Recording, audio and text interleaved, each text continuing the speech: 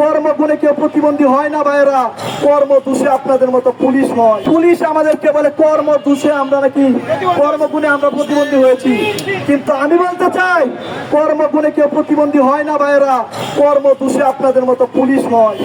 আমি এতটুকুই বলবো, আপনারা এই গ্রাজুয়েশন কমপ্লিট করা বিশ্ববিদ্যালয়ের শিক্ষার্থীদের গায়ে হাত তোলেন। আপনারা 24-এর বিপ্লবকে ভুলে যায় না।